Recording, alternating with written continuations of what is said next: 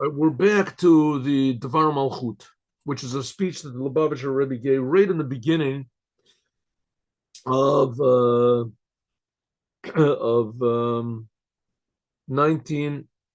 Where am I? Where am I? What's going on over here? 1992. Yeah, 1992. The Rebbe gave this speech, and it's talking about this week's Torah portion, and it's talking about the third temple. The third temple. Why? Because this Friday is going to be a fast. Tomorrow it's going to be a fast day, and it's the 10th of Tavis, and God hinted at this fast day to the prophet Ezekiel, Yechezkel, by telling him to take a plate of iron and put it between him and Jerusalem, and said that's a sign that Nebuchadnezzar is going to come and lay siege to Jerusalem. So the Rebbe said, okay, first of all, he only laid siege to Jerusalem. He didn't really touch Jerusalem. And that was in order to send a message to the Jewish people that the only reason he was there was because they weren't acting properly. And that if they just changed the way they acted and said, spoke, and thought, and their attitude, that he would go away. So that's why he surrounded the city, but he didn't do anything to the city. That's what he was supposed to do. Why was this hinted at? With the God hinted at it with a plate. It says a machavat of barzel, iron. Says the Rebbe, because iron is a destructive metal, and it wasn't allowed in the first and the second temple. Said the Rebbe, but and he already brought all sorts of proofs, and the reason is what there is reason to suppose that the third temple will contain iron. And one of the ways we see this is that King David, when he prepared the first temple, King David didn't build the first temple, but he prepared for it. So he gathered tremendous amounts of iron. And iron was not used in the third temple, and it was not used in the first temple, nor in the second temple. And King David was preparing for the first temple, right? The Rebbe said, no, we must be saying that King David was preparing. Why did he get all this iron? He was preparing for the third temple.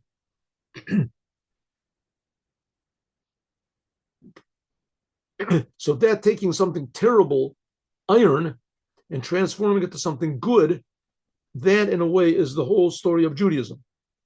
And that we see in this week's Torah portion. This week's Torah portion is called Vayechi. Vayechi Yaakov, that Yaakov lived in Egypt 17 years. 17 years. The end of this week's Torah portion is that Yaakov passes away. And that begins the exile into Egypt. And so that's not a good thing. So the Rebbe, also, we thought also that iron wasn't a good thing.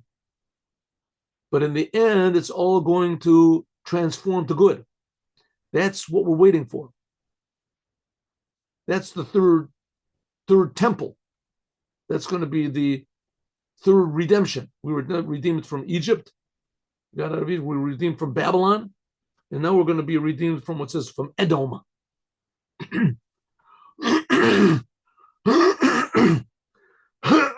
Which essentially means, okay, Edom means the situation we're in now. Edom. And that's Vayechi Yaakov. Okay. And when we finish this week's Torah portion, which is signifying the Jewish people going into Egypt, that's going to be next week's Torah portion, the beginning of the Exile, Shemot, Exodus. We say, Chazak, Chazak, v'nit chazek. Be strong, and we will be strengthened. Because that's true strength, is the ability to go out of the tokef emitit. True strength is, especially from Yaakov. Yaakov is the thing of Torah. Yaakov is Torah. Abraham is love, that's like prayer. And Yitzchak, Abraham is love, that's charity. And Yitzchak is power, that's like prayer, sacrifice is going up. And Yaakov is Torah, and Torah is what gives the eternal existence of the Jewish people. Like it says, Titain Emet Yaakov. Yaakov is Emet. Emet is Torah. Okay. This is what we get up to in more detail. Ha'chizuk, being strong. Again, to point out what's the Rebbe talking about. The Rebbe is not just coming to show us how a genius he is, and that there's in Judaism there's also the idea of Moshiach, etc. The Rebbe wants to make us uncomfortable, crazy. How do you say? Dissatisfied. Oh, dissatisfied. We can't be satisfied with the world the way it is now. Thank God we're learning Torah, we're doing commandments, we're wonderful people. So that's only a preparation. That's not it. Like we said, we just finished talking about in the prayer, and the whole essence of Moshiach will make everybody do tshuva. Ruven, seeing God. Pray, you see God better, more. Just take a simple example. A person goes to pray, right, in the synagogue. So he goes to the synagogue and he gets in there. That's it. That's pretty good. You know, at the synagogue, a lot of Jews never entered a synagogue in their lives. That they went into a synagogue, they sat down. This is a big accomplishment, right? Not only do you go into the synagogue and you sit down, you also put on a kippah on your head. Put a kippah on your head. Wow, this is really something. You got a kippah on your head. You're saying that's enough. That's enough. I remember the first time I put a kippah on my head. This is a big, long story, but I remember I was just so. I lived in a place, you know, it was all non-Jews and all non-Jews, and I realized I'm a Jew. I should do something Jewish, and I had a kippah, I think, for my bar mitzvah. Who knows what? This is already like, you know, 10, 15 years later. And I remember I went outside of my house, and I looked around. It was like 3 a.m. There was nobody there. I put a kippah on my head, and I took it off and ran back into the house. Just the idea that I put it on my head, a kippah on my head. Eventually, I got to the point where I would walk around the streets with a kippah on, and then, yeah, but it was just so. So you go, that's a good thing. No, you can do better. Put on tefillin. Put on tefillin. Oh, that's it. I'm a holy Jew. So that's not enough. You put on a talis. You put on a talis. Ooh, is a talis? No, I'm already holy of holies. Says no, you just started. What do you mean? So you open up the prayer book, you don't understand anything. So you translate a word, you translate 2 words. Every time you do something, it's an infinite jump into good. You're doing good. But every time, and you should be happy, but you should never be satisfied. That's the point. Never be satisfied. It should be the good that you do. It should whet your appetite and make you dissatisfied with where you are, that you want to do more and more. And that's what the Rebbe is saying. Moshiach is going to make everybody crazy. And that's what the Rebbe is doing. That you want to do more. You want to have more good, more good. There's a very popular song now in Israel. It's very popular. Among the religious people, it's among the religious Jews. But now the religious Jews are most of them, a tremendous portion of them, are people that, like, last year they were totally not religious. You know, they're 2 years ago. And the song is Od Yeter Tov, Od Yeter Tov, Od Yeter Tov, Od Yeter Tov, Od Yeter Tov, Od Yeter Tov, Hashem, Od Yeter Tov, whatever. I have to get the words. That God is good. He wants to give us more good and more good and more good. That means strengthening yourself. Okay. This strength which comes, it says that Yaakov, from Yaakov, it says that just that Yaakov is alive, so his children are also alive. Just like the children of Yaakov, the Jewish people, are alive, so Jacob is alive. Now, Jacob died about 4,000 years ago, and he's buried in Marat HaMachpelah. He's buried in Hebron. How can you say that he's still alive? How can you say he's still alive? He says, okay, you don't understand it, but that's the fact, he's still alive. Don't understand it. Not understand. We don't know what life is. Right? It's something infinitely more real than we think. But on the other hand, every Jew is going to come back to life. It's the raising of the dead. That's one of the 13 principles, basic foundations of the Jewish faith. Okay, even since that the eternalness of Jacob is stressed on Zaro through the seed, through the Jewish people. Let me make this 1 second. Hayemshech, this is the continuation of the Jewish people, their children, and the children's of their children to all the generations in day-to-day life. By means of this is revealed actually the eternal, what's the word for it? Something that's eternal of the future redemption and the holy temple, which is at the future holy temple, which corresponds to Jacob.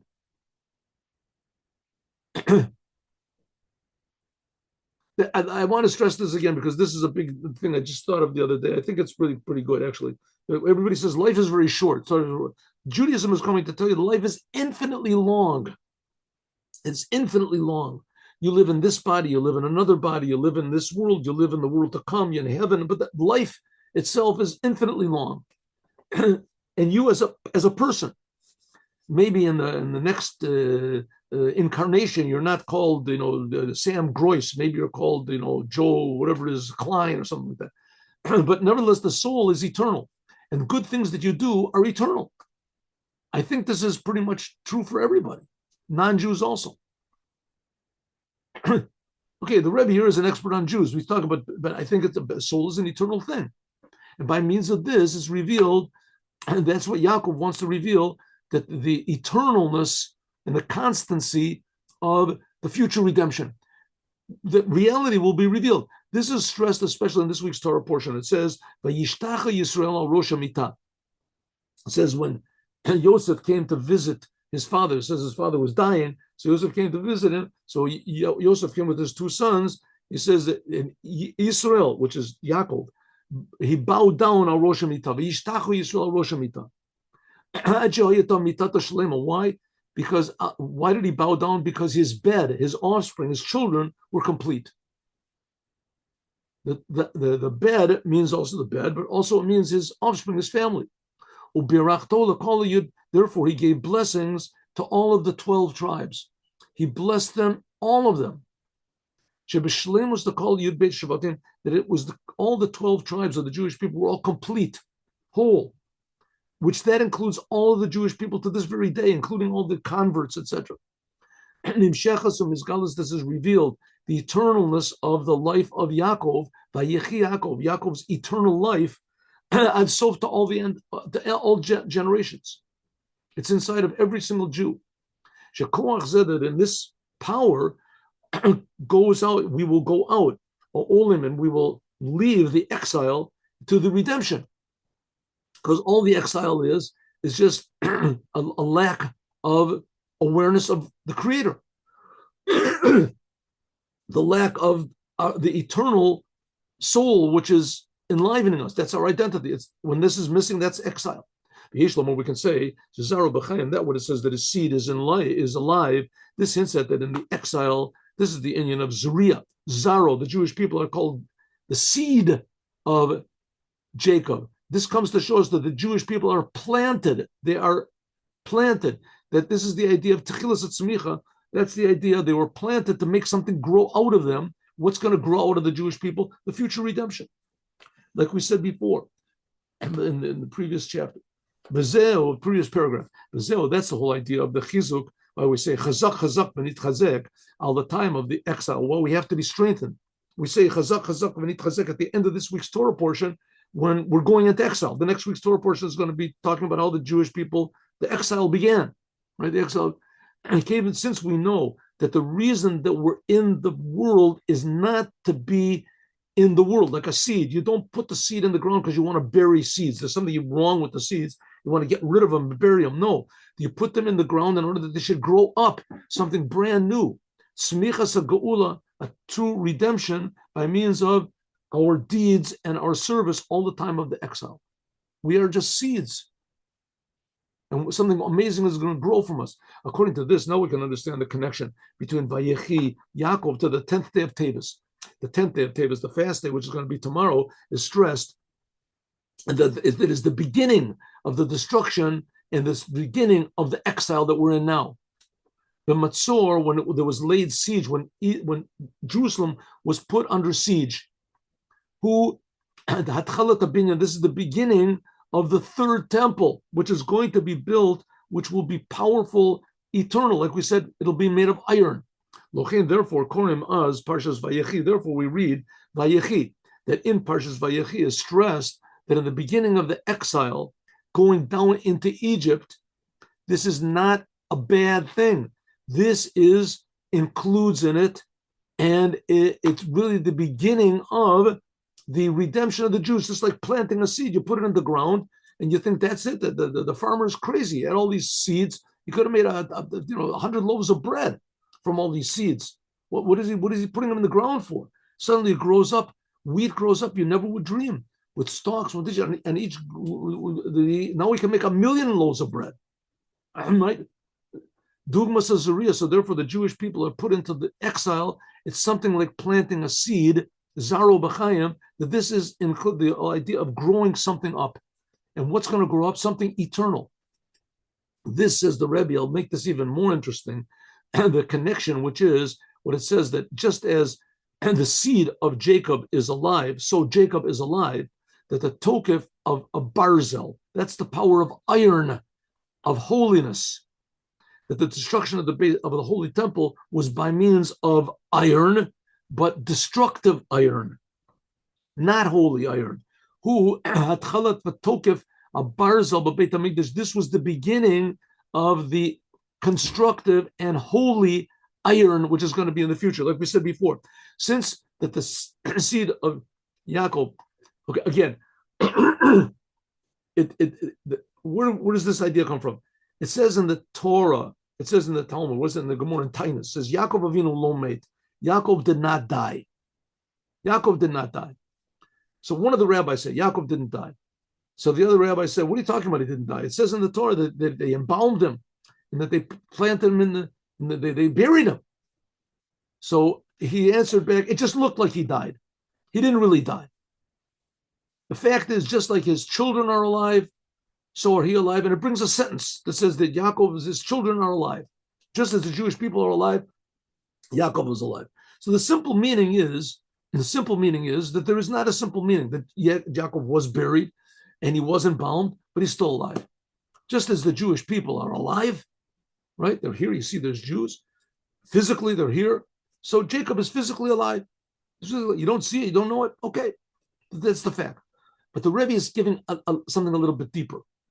He's saying the Jewish people are called the seed of Jacob. Just as the seed of Jacob is alive, so Jacob is alive. What does it mean? That Jacob is the one that enabled his people to become seeds. That now they are planted in the exile, but something amazing will grow from them. Something eternal. And it'll be eternal life physically in this physical world. That's the goal, simple goal of the risk. This is not some sort of a mystical, whatever thing that we're talking about, some sort of a occult, idea. This is simple reality. This is the completion of the 12 tribes, Bnei Yaakov and Bnei Bar. This is, I'm going to say,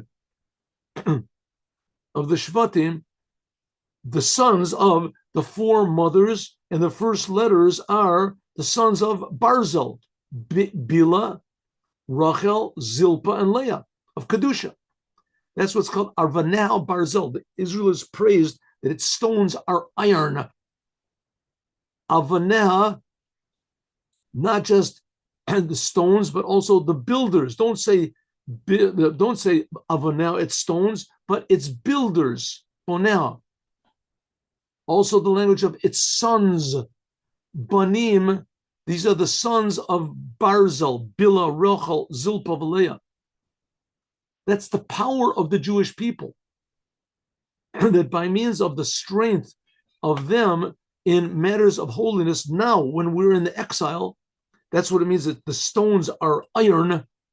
We transform the Barzel, the destructive forces in the world, iron, that destroyed the temple, to productive forces, Barzel, iron of holiness, in the third temple, which will be eternal. It won't be destroyed. There'll be nothing to destroy it. Nothing will destroy it. All the forces of destruction will only be positive.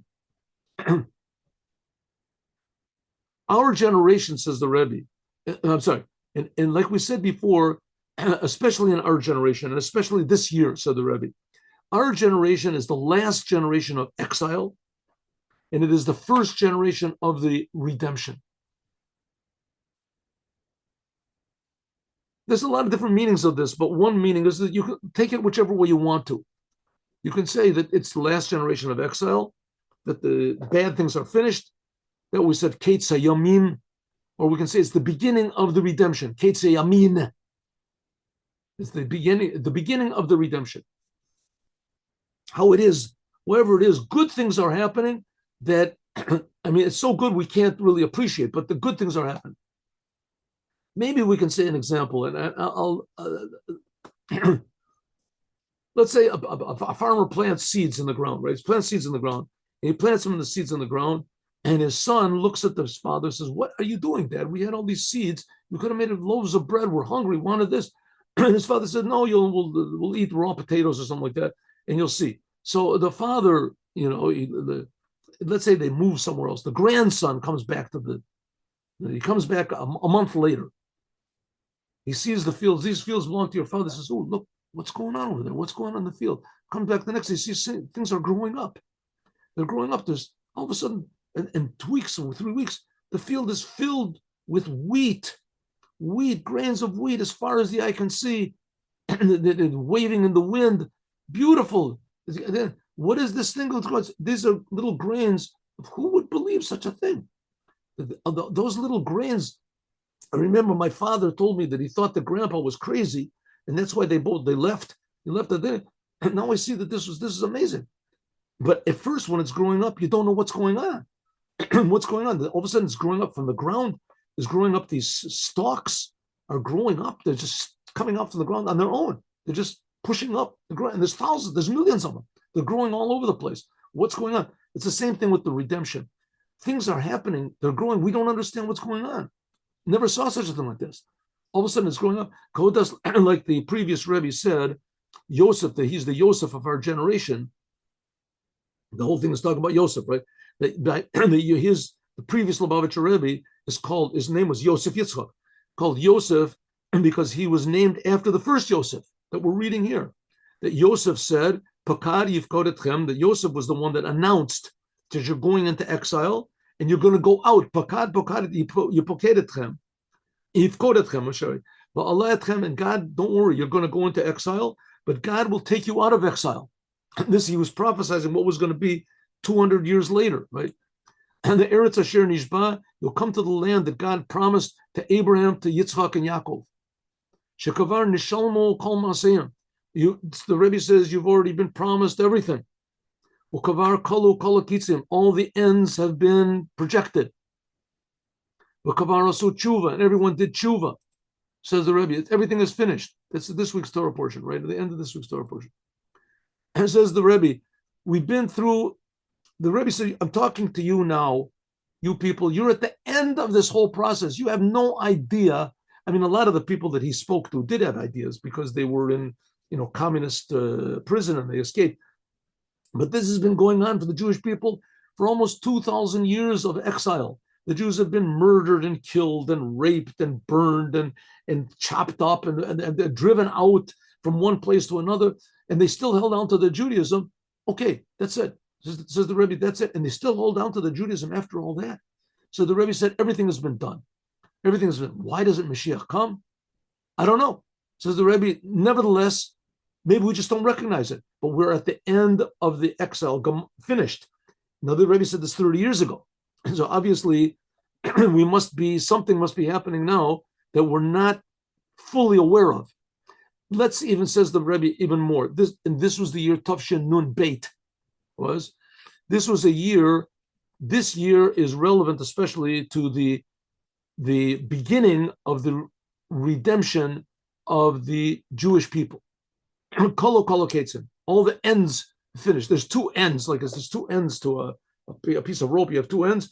There's the end, final end, and then there's the beginning end. Right? Which end do you want? So says the Rebbe, we're at the end of exile, and we're the beginning of the redemption. This year, said the Rebbe, the year was Tia Shanat Niflot Ba, Tavshin Nun Beit, and now we can extrapolate. Our year is not Tavshin Nun Beit, but we can take off the Nun. So this is Tia Shanat Pilaot, and Hey.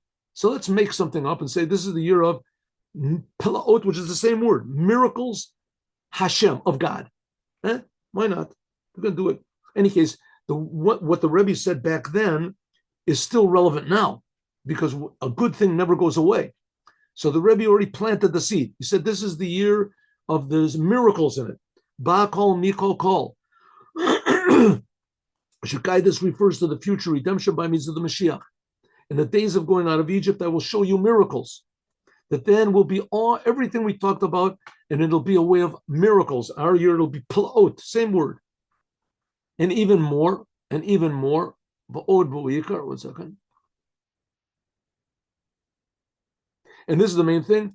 We said, Bakal, Mikal, Kol. These are the blessings that God gave to Abraham and Yitzchak and Yaakov. This is the level of the fathers. The year that the Rebbe spoke was Niflot Bakal. Bakal. It was Bakal, Mikal, Kol. God used this language to bless the fathers, Abraham, Isaac, and Jacob. In everything, from everything, and everything. And this is the level of Abraham, Isaac, and Jacob. That God gave them a taste of the world to come in this world. He gave them a taste of the raising of the dead in this world. The completion in this, which by the Abraham, Isaac, and Jacob, which gave over, they're our fathers. They gave it all over to us. So automatically, it must be each and every Jew. This will be revealed in a complete way in the future. When Abraham, Isaac, and Jacob actually stand up, they actually return back to the physical world. And with them will come also the four mothers, Rachel, Leah, Bilhah, and Zilpah. These are the four mothers, and the Rivka and Rachel, Sora, Rivka, Rachel, and I see. No, he wants to say no. So I'm sorry. The four mothers are Sora, Rivka, Rachel, and Leah. Bilhah and Zilpah are secondary, and also now he says, and the four mothers of the 12 tribes, that's Bilhah, Rachel, Zilpah, Leah, and even more. They'll all stand up from what we call dead, their physical bodies. Nekeva to Sovav Gever. It says even more that the mothers will be higher than the fathers. The female will be higher than the male. The body will be higher than the soul. Eshet Chayla Teret Bala, a woman of valor, she's the crown over her husband. Like we said before, that the four mothers, we said, of the Jewish people, of the 12 tribes, that's Barzel. That's the Barzel, power, strength, eternal. And together with them, all of the Jewish people, from all of the generations, will wake up and sing, all those that are now sleeping in the dead. This is one of the 13 principles of Jewish faith. There's going to be the raising of the dead. And we say it in our prayer every day. The God will enliven the dead. The second prayer, God will enliven. How much more so all the Jewish people in our generation, people that are still alive in their physical bodies, that they won't stop their life at all. And the leader of our generation, the previous Rebbe, he will be at the head. All of them together will come to our holy land. So the idea that the Moshiach can come from the dead is not, it's a strange idea. Everybody's going to come from the dead. All the Jewish people are going to raise from the dead. And the Moshiach will be at the head of them. They'll all come to the holy land, a land of chita sora, of wheat and barley and wine and figs and pomegranates. A line of this is the language of the language of the Torah when it describes the land of Israel, a land of oil and honey, a land that its stones are iron. This itself, the city of Jerusalem, which is holy, the holy temple, the third temple, this will be made of iron. It'll be the completion of holy iron. Therefore, in our generation and in this year, it is stressed very much the intention and the purpose of the completion of the redemption, sheyeshno b'tchila zman hagalus, that was already in the beginning. When did the exile start?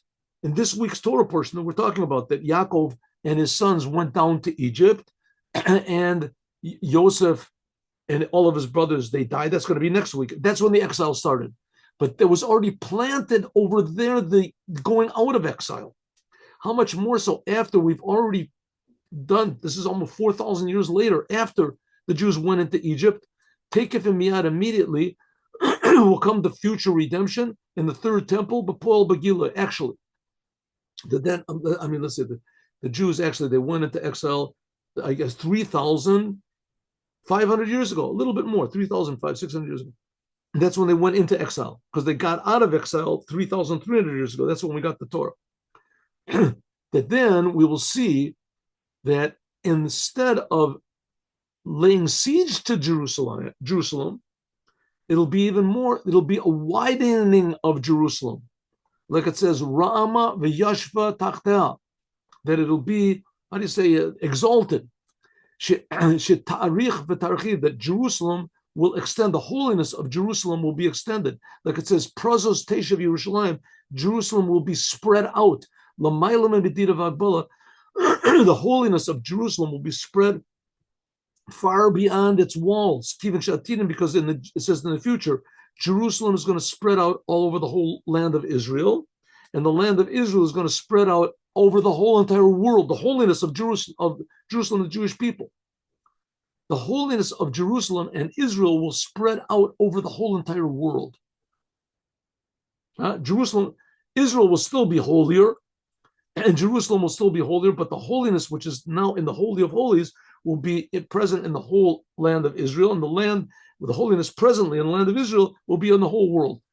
And this will be in the place of the barza iron, destructive iron, which is connected to the destruction of the temple. There will be barzel of holiness, which that's connected to the building of the third temple. Okay, so the Rebbe wants to make us understand that this is not just religious ideas, and it's not just Chabad ideas, and it's not even just Jewish ideas. It's fact of business. It's fact of nature. This is real reality, actual physical, scientific reality, that there's going to be a third temple. All the Jews, it's going to draw all the Jews back to the land of Israel. The land of Israel, the holiness of the land of Israel, namely the godliness, will be felt by the whole entire world. Everyone in the world will feel that they're being created by God who loves them. As we'll talk about more, God willing, tomorrow. We'll see exactly. I think maybe we'll finish this tomorrow instead of doing the, I don't know, maybe we can do both. Okay, we'll see. Let's just do the Yom Yom. Do the Yom Yom.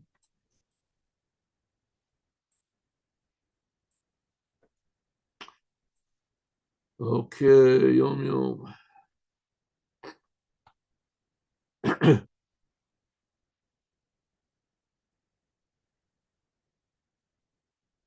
All right, we have a strain. Here we go. Let's custom. It didn't stop. I didn't stop the recording. 1 second. How is this? I was supposed to stop.